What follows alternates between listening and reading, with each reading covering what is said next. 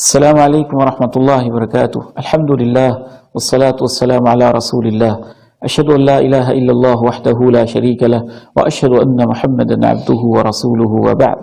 اعوذ باللہ السمیع العلیم من الشیطان الرجیم من ہمزہ ونفخہ ونفثہ۔ بسم اللہ الرحمن الرحیم۔ اقم الصلاۃ لذکری۔ ناظرین، آج اللہ تعالیٰ کی توفیق سے ہم آپ کے سامنے اللہ کے پیارے نبی علیہ الصلاۃ والسلام کا طریقہ نماز، اس کی حیت اور کیفیت یہ عرض کرنا چاہتے ہیں۔ قبل اس کے کہ ہم اس کا آغاز کریں، یہ وضاحت ضروری ہے کہ اللہ کے پیارے نبی علیہ الصلاۃ والسلام کی سنت کے مطابق نماز ادا کرنا اس قدر اہم مسئلہ ہے کہ نماز سکھانے کے لیے خود رب العالمین نے جبریل امین کو زمین پر بھیجا۔ امنی جبریل عند البیت مرتین۔ اللہ کے پیارے نبی علیہ السلام ارشاد فرماتے ہیں، جبریل امین نے بیت اللہ کے پاس 2 دفعہ میری امامت کروائی، یعنی آپ نے تمام نمازیں 2 دفعہ اللہ کے پیارے نبی علیہ السلام کو پریکٹیکلی پڑھ کے دکھائیں، ان کے اوقات بھی بتائے۔ پھر اللہ کے پیارے نبی علیہ السلام نے صحابہ کرام کو حالانکہ روزانہ کی بنیاد پہ آپ نماز پڑھا رہے ہیں، اس کے باوجود آپ علیہ السلام منبر پر ایک دفعہ تشریف لے گئے، وہاں آپ نے نماز پڑھی اور صحابہ سے کہا، صلو کما رأیتمونی اصلی، جیسا تم نے مجھے دیکھا ہے نماز پڑھتے ہوئے ایسے ہی نماز پڑھو۔ پھر صحابہ کرام رضوان اللہ علیہم اجمعین، اس کے باوجود کہ اللہ کے پیارے نبی علیہ السلام کے شاگرد ہیں، صحابہ کرام بھی بہت دفعہ ایسا ہوا کہ ایک دوسرے کو نماز پڑھ کے دکھاتے۔ حضرت ابو حمید ساعدی رضی اللہ تعالی عنہ 10 صحابہ کی موجودگی میں کہتے ہیں کہ میں تمہیں اللہ کے پیارے نبی علیہ السلام کی نماز پڑھ کے بتاتا ہوں۔ آپ ان کے سامنے پریکٹیکلی نماز پڑھتے ہیں، پھر صحابہ بھی تصدیق کرتے ہیں کہ جی ہاں، آپ نے واقعتاً اللہ کے پیارے نبی کی سنت کے مطابق نماز پڑھی ہے۔ تو اسی سنت کو زندہ کرتے ہوئے اللہ تعالیٰ کی توفیق سے میں آپ کا گناہگار بھائی عبید الرحمن محسن کوشش کر رہا ہوں انشاءاللہ تعالی اللہ کی رضا کے لیے کہ 100% صحیح احادیث کی روشنی میں اللہ کے پیارے نبی علیہ السلام کی سنت کے عین مطابق کسی قسم کی فرقہ واریت سے بالاتر ہو کے آپ کو نماز کا پریکٹیکل دکھایا جائے۔ تو آئیے جی شروع کرتے ہیں۔ سب سے پہلے جب آپ نے نماز پڑھنی ہے، نفل یا فرض، آپ نے ایک چیز کا اہتمام کرنا ہے اور اسے آپ یاد رکھیے گا، لوگ اس میں بہت کوتاہی کرتے ہیں، اسے سترہ کہتے ہیں۔ میں مثلا مسجد میں گیا ہوں، کوئی بھی چیز مجھے مل جاتی ہے، یہ میرے سامنے اس وقت ریحل ہے جی، تو میں ریحل پکڑ کے اپنی جو جہاں میں نے سجدہ کرنا ہے اس سے تھوڑا آگے یہ رکھ لوں گا، یہ سترہ ہے۔ نبی علیہ السلام اس کا خصوصی اہتمام فرماتے ہیں۔ آپ نے بلکہ حکم دیا، لا تصلی الا الی سترہ، سترہ کے بغیر نماز نہ پڑھو۔ ہم یہ تو نہیں کہتے کہ یہ فرض ہے، لیکن نبی علیہ السلام نے اس کی اتنی تاکید فرمائی ہے۔ صحابہ کرام اس کا اہتمام کرتے۔ مسجد میں دیوار ہے، آپ دیوار کے پیچھے نماز پڑھیں، ستون ہے اس کے پیچھے نماز پڑھ لیں، ریحل ہے اسے سترہ بنا لیں، یا کوئی بھی چیز آپ کو مل جائے تو اسے سترہ بنا لیں۔ اس سترے کا سب سے اہم اور بنیادی فائدہ یہ ہے کہ اللہ کے پیارے نبی علیہ السلام کی سنت پر، آپ کے حکم پر عمل ہو جائے گا۔ دوسرا فائدہ یہ ہے، انشاءاللہ یہ ایک آڑ اور رکاوٹ ہے، اس سے شیطان کے وسوسوں میں بھی انشاءاللہ کمی آئے گی۔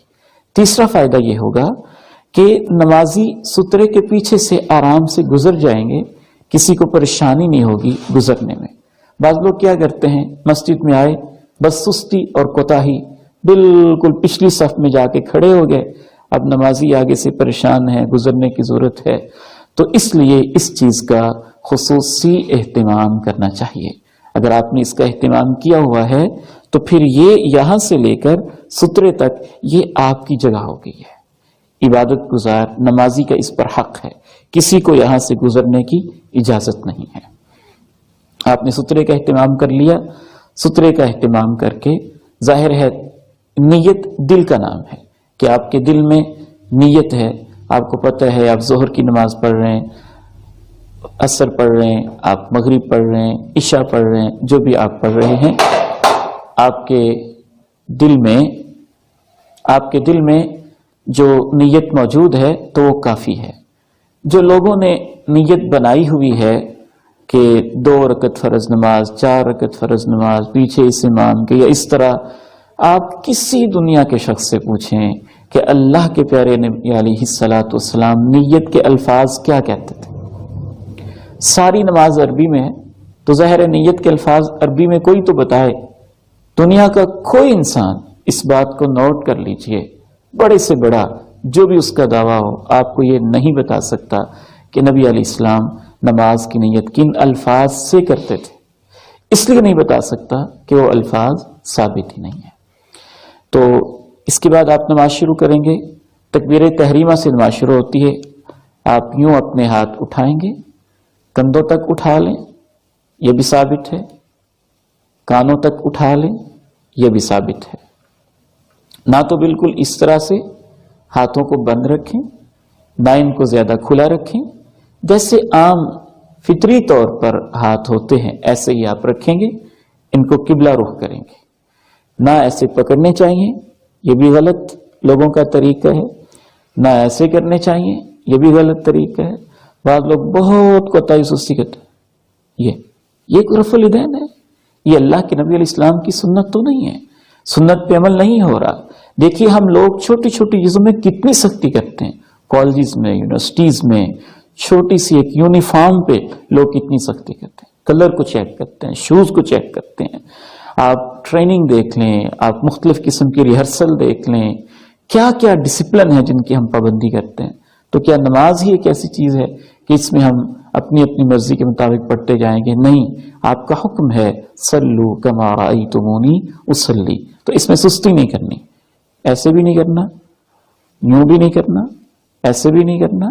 نبی علیہ السلام جیسے کرتے تھے، ہاتھوں کو کندھوں کے برابر یا کانوں کے برابر اٹھائیں، قبلہ کی طرف سیدھا کریں، اتنا کھول لیں اور کہیں نگاہوں کو جھکا کے سجدے والی جگہ پہ ٹکا کے اللہ اکبر۔ ایک اور چیز کی وضاحت کر دوں کہ آپ ہاتھ پہلے اٹھا لیں اور بعد میں کہیں اللہ اکبر، یہ بھی درست ہے۔ اللہ اکبر پہلے کہہ لیں پھر ہاتھ اٹھا لیں، اللہ اکبر، یہ بھی درست ہے۔ اور اگر آپ ہاتھ بھی اٹھا رہے ہوں ساتھ تکبیر کہہ رہے ہوں تو یہ بھی درست ہے، اللہ اکبر، یہ بھی درست ہے۔ تینوں طرح سے نبی علیہ السلام سے ثابت ہے۔ آپ نے تکبیر تحریمہ کہہ دی، تکبیر تحریمہ کے بعد نبی علیہ السلام، اس پر تو سب کا اتفاق ہے کہ دائیں ہاتھ کو بائیں پہ رکھ لیتے تھے۔ صحیح بخاری میں وضاحت ہے، ذراعہ الیمنی، اپنی دائیں ذراع کو یہاں سے لے کر کونی تک کے حصے کو عربی زبان میں ذراع کہتے ہیں۔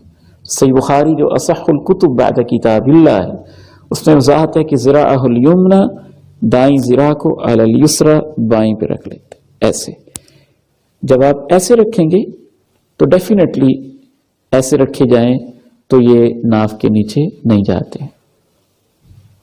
صحیح ابن خزیمہ میں حضرت وائل ابن حجر رضی اللہ تعالی عنہ بیان کرتے ہیں کہ اللہ کے پیارے نبی علیہ السلام نے یوں اپنے سینے پہ ہاتھ رکھ لیا، ایسے رکھ لیں سینے پہ، ایسے رکھ لیں، دونوں طرح ثابت ہے۔ تو آئیے نماز شروع کی، اللہ اکبر، ایسے یا ایسے۔ اس کے بعد آپ نے رکوع کرنا ہے۔ میں چونکہ دوسرے لیکچرز میں دعائیں وغیرہ اس پہ لیکچرز دے چکا ہوں، تو صرف ہم نماز کی جو حیت ہے، کیفیت ہے، جو اس میں افعال و حرکات ہیں، اس کی صرف میں آپ کے سامنے وضاحت عرض کر رہا ہوں۔ اس کے بعد آپ رکوع میں جائیں گے۔ رکوع ایک بڑی عظیم چیز ہے، اس میں بھی لوگ بہت ساری غلطیاں کرتے ہیں۔ ہم کیا دیکھتے ہیں، کچھ لوگ ایسے رکوع کر رہے ہوتے ہیں، کچھ ایسے کر رہے ہوتے ہیں، کچھ کو پرواہ ہی نہیں کہ رکوع کیسے کرنا ہے۔ حالانکہ نبی علیہ السلام نے رکوع کی اتنی اہمیت بیان کی ہے کہ جو شخص اپنی کمر کو رکوع و سجود میں سیدھا نہیں کرتا، فرمایا اس کی نماز نہیں ہے۔ نبی علیہ السلام کے رکوع کا انداز یہ ہوتا تھا، نہ آپ سر کو بہت زیادہ نیچے جھکاتے نہ آپ اوپر اٹھاتے، نہ یہ ایسے اوپر اٹھانا یہ بھی غلط، نہ بالکل نیچے جھکاتے، بالکل کمر مبارک کو سیدھا رکھتے۔ میں آپ کو پریکٹیکل کر کے دکھانے کی کوشش کرتا ہوں دونوں پوزیشن کے ساتھ، تاکہ آپ کے سامنے واضح ہو جائے۔ یہ ہاتھ گھٹنوں پہ رکھیں، امکن یدیہ من رکبتیہ، مضبوطی سے گھٹنوں کو پکڑ لیں، یوں پکڑ لیا، یہ سیدھے کریں، ان کو سیدھا کر لیا۔ سیدھا کرنے کے بعد اب آپ اپنے سر کو اپنے کمر کے برابر رکھ کے بیلنس رکھ کے اس کو سیدھا کر دیں جی،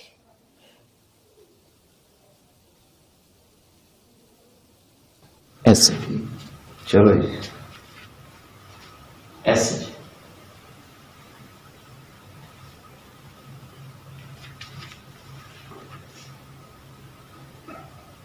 اب آپ نے اس پہ غور کرنا ہے کہ میں نے اپنے گھٹنے مضبوطی سے پکڑے ہوئے، کمر کو الحمدللہ سیدھا کیا ہوا ہے جس حد تک میرے لیے پاسبل ہے، اور سر کو نہ بہت چکایا ہوا ہے نہ اٹھایا، اور نگاہیں میری سجدے والی جگہ۔ انشاءاللہ یہ سنت کے عین مطابق ہے، اللہ تعالیٰ قبول فرمائے۔ جی آپ کے سامنے سجدے کے حوالے سے چند اہم باتیں عرض کرنا چاہتا ہوں۔ سجدہ نماز کا رکن ہے، لا تطعہ واسجد واقترب۔ جیسے جیسے انسان سجدہ کرتا جاتا ہے اللہ تعالیٰ کے قریب ہوتا جاتا ہے۔ سجدہ اتنی عظیم سنت ہے کہ رسول اللہ صلی اللہ علیہ وسلم نے اپنی امت کو باقاعدہ گن گن کے بتایا کہ سجدہ کیسے کرنا ہے۔ امرت ان اسجد علی سبعۃ اعظم، مجھے حکم ہے کہ میں 7 ہڈیوں پہ سجدہ کیا کروں، دونوں ہاتھ، دونوں گھٹنے، دونوں پاؤں، 6 اعضاء، ناک اور پیشانی، 7 اعضاء پہ آپ نے فرمایا مجھے حکم ہے کہ میں سجدہ کروں۔ یہ انتہائی تذلل کی، عاجزی کی، انکساری کی کیفیت۔ جیسے جیسے آپ زمین پہ نیچے جھکتے ہیں، ناک سے لکیریں کھینچتے ہیں، پیشانی کو ٹیک دیتے ہیں، آپ اللہ کے ہاں بہت اونچے مقام پہ فائز ہو جاتے ہیں۔ ایک سجدے سے گناہ معاف ہوتے ہیں، درجہ بلند ہوتا ہے، اللہ کا قرب نصیب ہوتا ہے۔ حضرت ربیعہ ابن کعب رضی اللہ تعالی عنہ سے آپ نے کہا تھا، جب انہوں نے کہا تھا اللہ کے نبی جنت میں آپ کی رفاقت چاہتا ہوں، فرمایا اعنی علی نفسک بکثرۃ السجود، زیادہ سے زیادہ سجدے کیا کرو، پوری کائنات سجدے میں ہے۔ الم تر ان اللہ یسجد له من فی السماوات ومن فی الارض والشمس والقمر والنجوم والجبال والشجر والدواب وکثیر من الناس وکثیر حق علیہ العذاب۔ تو اس عظیم نماز کے رکن کو اللہ کے نبی کی سنت کے مطابق ادا کرنا ضروری ہے۔ اب میں آپ کے سامنے سجدے کی کیفیت واضح کرتا ہوں۔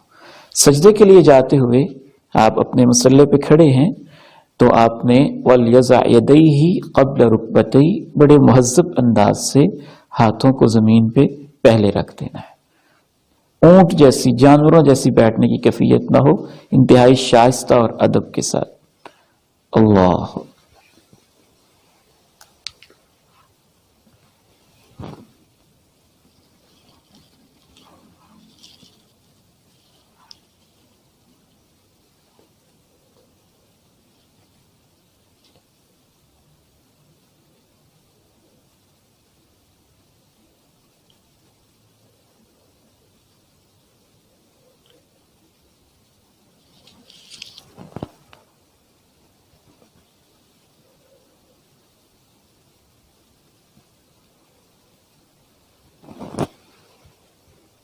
سجدے کی کیفیت میں چند ایک چیزیں آپ نے نوٹ کرنی ہے کہ جب میں نے آپ کے سامنے سجدہ کیا تو اللہ کے پیارے نبی علیہ السلام کی سنت کے مطابق کمر کو آپ نے ملاحظہ کیا ہوگا، کمر سیدھی ہو، دونوں بازو آپ نے ملاحظہ کیے ہوں گے کہ یہ پیٹ کے ساتھ لگے ہوئے نہ ہوں، پیٹ سے دور ہوں۔ تو سجدے میں بعض لوگ جو غلطیاں اور کوتاہیاں کرتے ہیں وہ بھی میں آپ کے سامنے عرض کر دیتا ہوں تاکہ ان غلطیوں سے ہم بچ سکیں۔ بیٹے آئیے آپ ذرا بتائیں گے لوگ کیسے کیسے غلطیاں کرتے ہیں تاکہ ان سے بچا جا سکے۔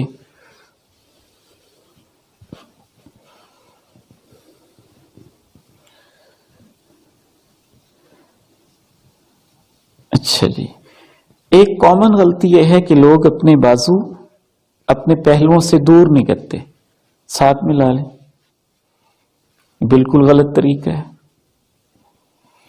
ایک اور غلطی یہ ہے کہ لوگ کمر کو سیدھا نہیں کرتے، جیسے یہ ابھی کمر سیدھی نہیں ہے اور اوپر کریں ذرا، یہ دیکھیں بالکل ہی سیدھی نہیں ہے۔ اب بیٹے سیدھی کریں کمر، سیدھی ایسے ہوگی یا آپ کے سیدھے ہو جائیں گے، تھوڑا سا اور آگے کریں، تھوڑا سا سر، یہ کمر بالکل سیدھی ہے۔ اچھا، ایک اور غلطی یہ کرتے ہیں لوگ، پاؤں بعض دفعہ اوپر اٹھا لیتے ہیں، کبھی ایک پاؤں کے اوپر دوسرا پاؤں رکھا ہوتا ہے، اور بعض لوگ ایک اور کامن غلطی یہ ہے، بعض لوگ ناک لگا لیتے ہیں اور پیشانی نہیں لگاتے، یہ بھی غلط طریقہ ہے۔ تو ان غلطیوں سے ہم نے سجدے میں بچنا ہے تاکہ ہمارا سجدہ سنت کے مطابق ہو۔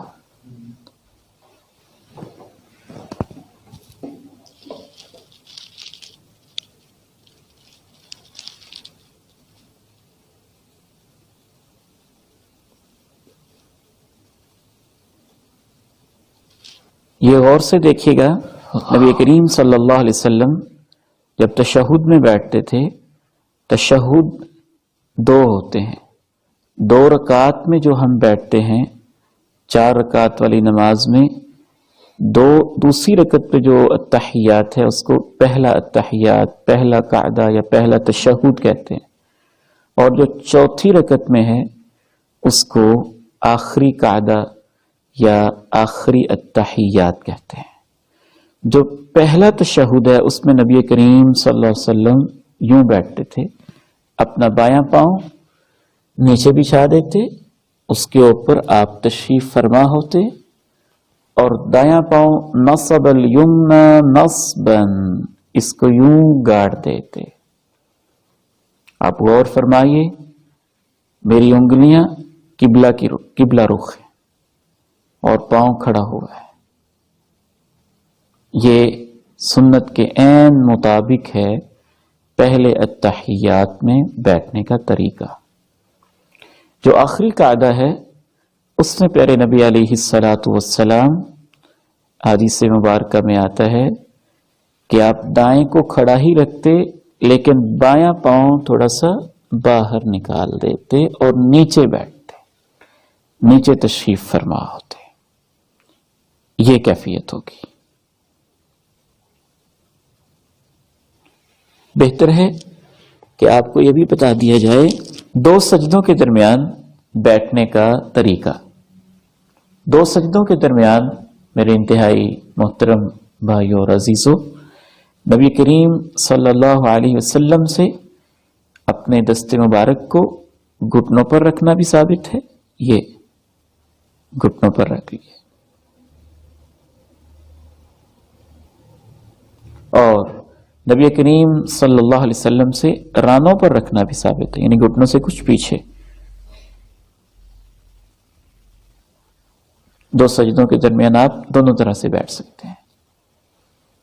اب ہم آپ کے سامنے واضح کرتے ہیں التحیات میں بیٹھنے کا طریقہ۔ جو پہلی التحیات ہے اس میں آپ بایاں پاؤں نیچے بچھائیں گے، دائیں کو کھڑا کر دیں گے جیسا کہ پہلے میں واضح کر چکا ہوں، اور پہلی التحیات میں آپ یوں بیٹھیں گے جیسے 2 سجدوں کے درمیان بیٹھے تھے۔ فرق صرف یہ ہے کہ التحیات میں نبی کریم صلی اللہ علیہ وسلم یہ ایسے آپ علیہ السلام اشارے کی کیفیت بناتے تھے، دونوں انگلیاں بند، یہ اور یہ ان کے ساتھ حلقہ، اور یہ انگلی قبلہ کی طرف انگشت شہادت، ایسے.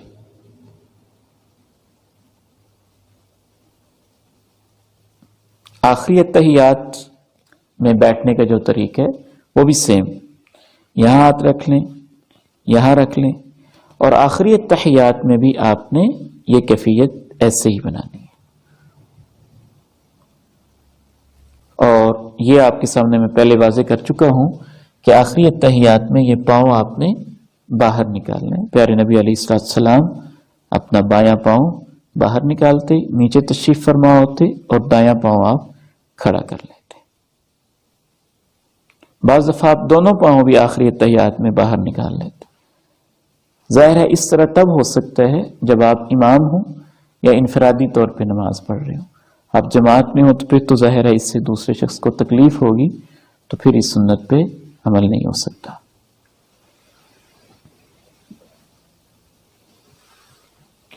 سلام پھیرنے کا طریقہ. سلام پھیرنے کا طریقہ نبی کریم صلی اللہ علیہ وسلم آخری تحیات میں یوں تشریف فرما ہوتے، دائیں طرف سلام پھیرتے. صحابی کہتا ہے کہ آپ کے چہرے مبارک کے رخسار انور کی سفیدی دکھائی دیتی تھی، یعنی اچھی طرح. السلام علیکم ورحمۃ اللہ. پھر ایسے ہی بائیں طرف. آپ کے سامنے اللہ تعالیٰ کی توفیق سے ان غلطیوں کی نشاندہی کرتے ہیں جو عموماً لوگ نماز میں کرتے ہیں. بیٹے آپ بھی ذرا اس طرح.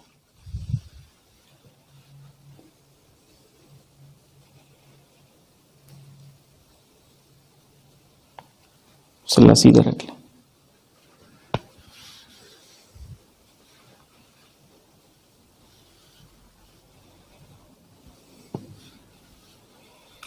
سجدہ کریں، سجدہ. اچھا ایک منٹ کھڑے ہو. سیدھا سیدھا کھڑے ہو. کھڑے ہونے میں بہت سارے لوگ کوتاہیاں کرتے ہیں. بعض لوگ اپنے پاؤں کو بہت زیادہ پھیلا دیتے ہیں اور پھر یہ دیکھیں کتنا بھدا اور عجیب و غریب لگ رہا ہے. بعض لوگ بالکل سستی کے ساتھ یوں پاؤں کو ملا دیتے ہیں.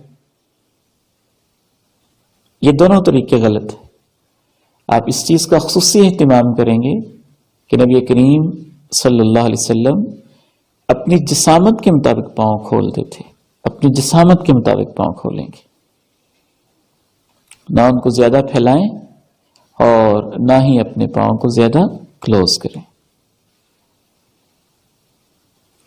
سجدے کی غلطیاں.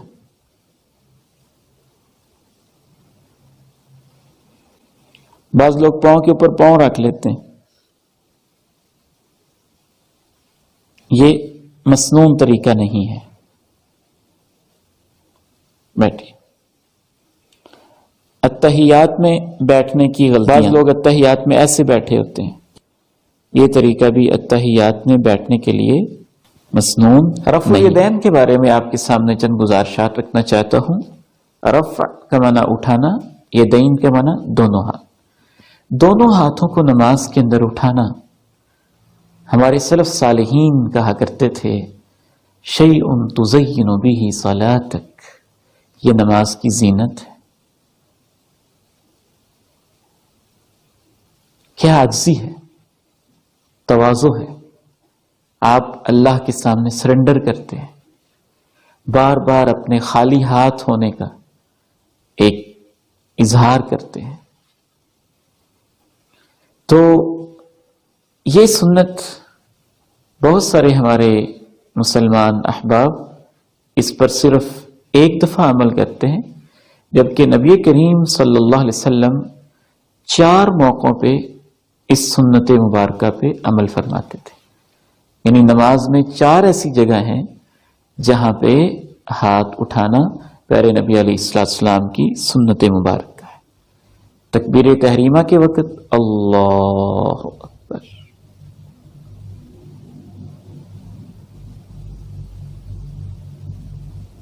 اسی طرح رکوع میں جاتے ہوئے اللہ اکبر، اور جب رکوع سے آپ اٹھ رہے ہیں سمع اللہ لمن حمده. اور چوتھا موقع ہے جب آپ دوسری رکعت کی التحیات سے فارغ ہو کے اٹھ رہے ہوتے ہیں تو پھر بھی آپ نے رفع الیدین کرنا ہوتا ہے. یہ مثلا فرض کیجئے میری دوسری رکعت ہے، میں اس سے اٹھ رہا ہوں، اللہ اکبر،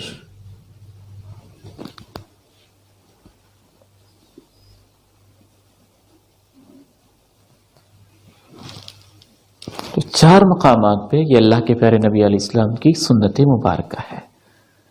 حضرت مالک ابن حویرث اصح الکتب بعد کتاب اللہ صحیح بخاری میں ارشاد فرماتے ہیں کہ میں نے رسول اللہ صلی اللہ علیہ وسلم کو رکوع میں جاتے ہوئے اور رکوع سے سر اٹھاتے ہوئے رفع الیدین کرتے دیکھا.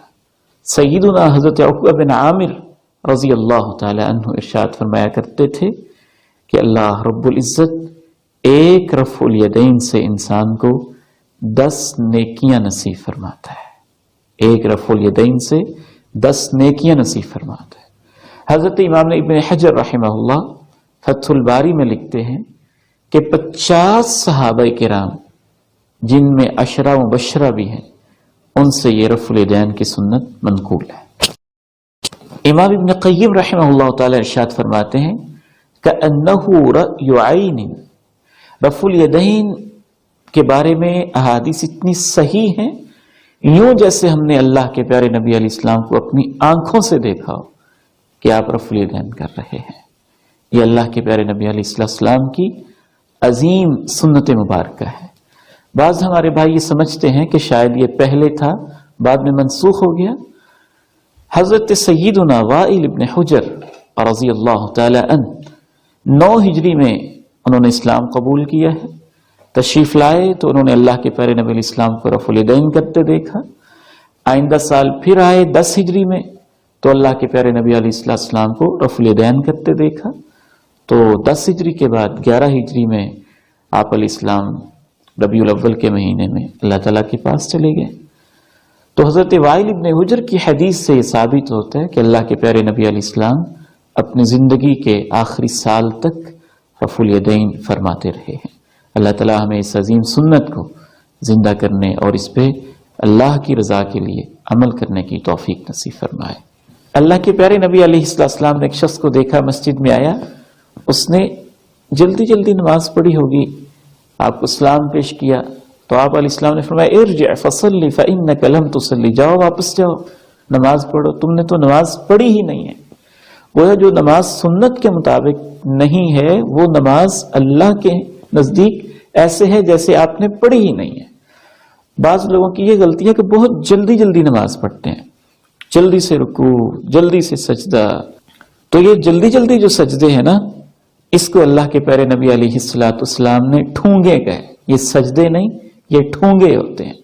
آپ نے اس صحابی کو سکھایا مسیء الصلاۃ کو تطمئن راکعا تطمئن ساجدا، اطمینان سے رکوع، اطمینان کے ساتھ سجدہ کرو.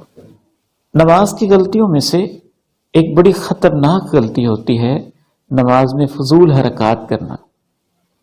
ان میں سے ایک ہے کہ آپ نماز پڑھ رہے ہیں اللہ کے حضور، لیکن اپنی کھانسی پہ لوگ کنٹرول نہیں کرتے.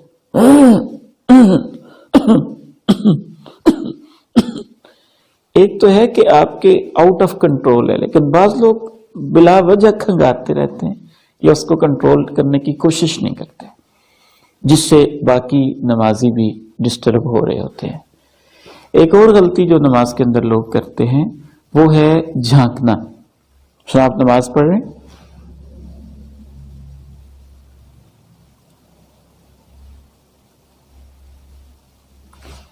اگلی صف میں دیکھ لیا امام صاحب کیا کر رہے ہیں، چوتھی صف میں دیکھ لیا وہ کیا کر رہے ہیں، بائیں بائیں جھانک لیا یہ کیا کر رہے ہیں.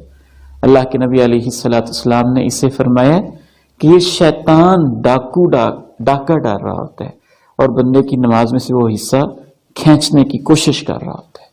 بلکہ نظر اوپر کی طرف اٹھانا تو اللہ کے پیارے نبی نے اس قدر ناپسند کیا کہ آپ نے فرمایا لا ينتهين اقوام ان رفعهم الابصار، ضرور لوگوں کو باز آنا ہوگا نگاہوں کو اوپر اٹھانے سے، وگرنہ کہیں اللہ ان کی آنکھیں اچک نہ لے.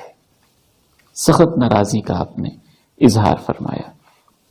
اسی طرح سے ایک اور بڑی سنگین غلطی ہوتی ہے نماز میں فضول حرکات کرتے رہنا. وہ حرکات کپڑوں کے ساتھ کرنا، داڑھی کے ساتھ کرنا، ناک کے ساتھ کھیلنا. بڑے لوگوں کی ایکٹنگز ہوتی ہیں، میں تو شاید پوری طرح نہ کر سکوں لیکن تھوڑا آپ کو اشارہ دے دیتا ہوں. مثلا نماز میں آپ کھڑے ہوئے، اللہ کے سامنے کھڑے ہوئے ہیں، داڑھی مبارک سے کھیلتے کھیلتے نماز ضائع کر رہے ہوتے ہیں. کوئی لوگ نماز کی طرف توجہ کم اور کپڑوں کی طرف بڑی ہوتی ہے، یعنی نماز کے اندر ہی.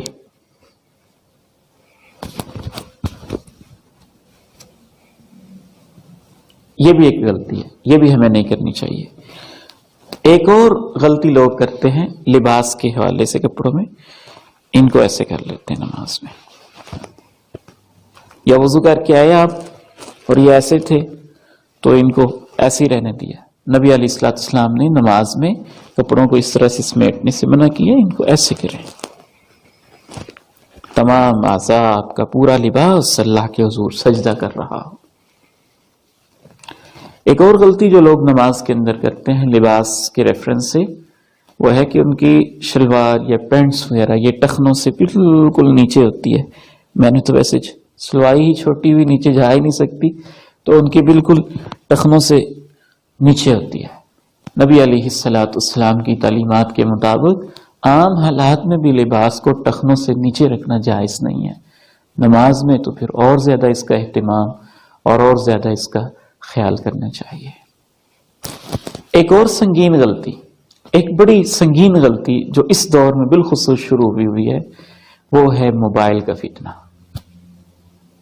کہ بعض لوگ لحاظ بالکل نہیں کرتے کہ ہم مسجد میں جا رہے ہیں تو اپنے موبائل کو سائلنٹ موڈ پہ کر لیں، اس کو آف کر لیں، وائبریشن پہ لگا دیں، اور پھر اللہ کی پناہ ان کی رنگ ٹونز ایسی خطرناک اور فحاشی پر مبنی ہوتی ہیں کہ بعض دفعہ تو سچی بات ہے اللہ کے گھر میں نمازیوں کی رنگ ٹونز جب بجتی ہیں ڈر لگتا ہے کہ اللہ کا غضب نازل نہ ہو جائے.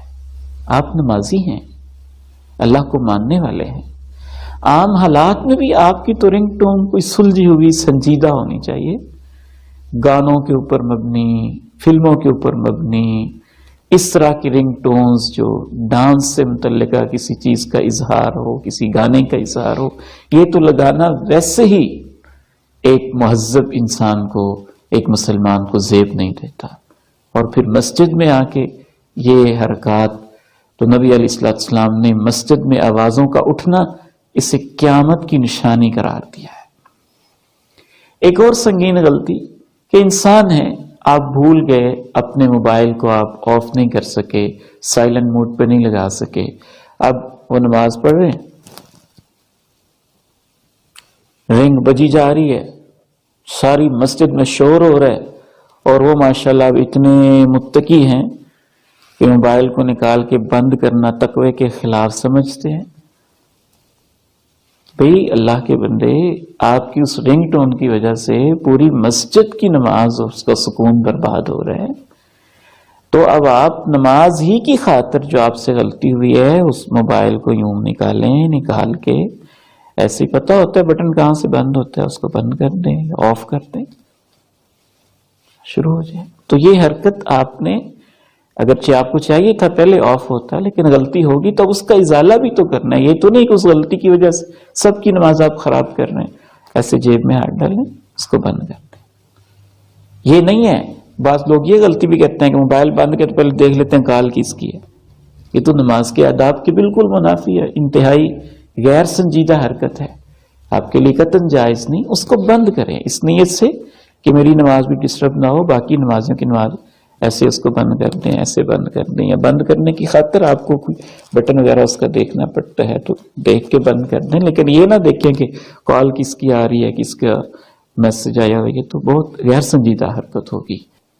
نماز کی غلطیوں میں سے ہمارے بر صغیر میں ایک خاص غلطی یہ پائی جاتی ہے کہ بعض لوگ مرد اور عورت کی نماز میں فرق کرتے ہیں. مثلا بعض علماء بعض لوگ یہ بیان کرتے ہیں کہ عورت جو ہے وہ یہاں تک ہاتھ اٹھائے، مرد یہاں تک اٹھائے، عورت سینے پہ ہاتھ باندھ لے، مرد نیچے باندھ لے. یہ فرق سنت سے، اللہ کے پیارے نبی علیہ السلام کی کسی صحیح حدیث سے ثابت نہیں. سجدے میں بعض لوگ فرق کرتے ہیں، عورت یوں سجدہ کرے، خاص کی کیفیت، اپنی طرف سے کوئی خاص کیفیت بنائی ہوتی ہے. تشہد میں بیٹھنے کے اندر بھی فرق کرتے ہیں کہ عورت یوں بیٹھے، مرد یوں بیٹھے. الغرض نبی کریم علیہ السلام سے نماز کی کیفیات میں یہ تو جبریل امین نے آ کے سکھائی ہیں، اللہ کے پیغمبر نے اپنی امت کو سکھائی ہیں. تمام صحابیات آپ کے پیچھے نماز پڑھتی رہی ہیں. کسی ایک سنگل حدیث میں بھی آپ نے کسی صحیح حدیث میں فرق واضح نہیں کیا. تو اپنی طرف سے یہ ہمیں فرق نہیں گھڑنے چاہیے. بعض لوگ یہ کہتے ہیں نہیں جی وہ تو ایک نیچرلی فرق آ جاتا ہے نا، وہ عورت ہے یہ مرد ہے. میرے پیارے بھائیوں، آپ کامن سینس سے سوچیں، وہ فرق لباس میں آتا ہے نا. مرد کا لباس اور ہے، عورت کا لباس اور ہے. لیکن نماز تو خالص عبادت ہے، اس میں اپنی رائے، اپنے قیاس سے فرق کرنا یہ پیارے نبی علیہ السلام سے ثابت نہیں ہے. تو یہ چند ایک غلطیاں میرے ذہن میں اس وقت آ رہی تھیں، میں نے مناسب سمجھا کہ آپ کے ساتھ شیئر کر لیا جائے. بہت شکریہ. اللہ تعالی ہمیں خشوع کے ساتھ، آداب کے ساتھ نماز ادا کرنے کی توفیق نصیب فرمائے. السلام علیکم ورحمۃ اللہ.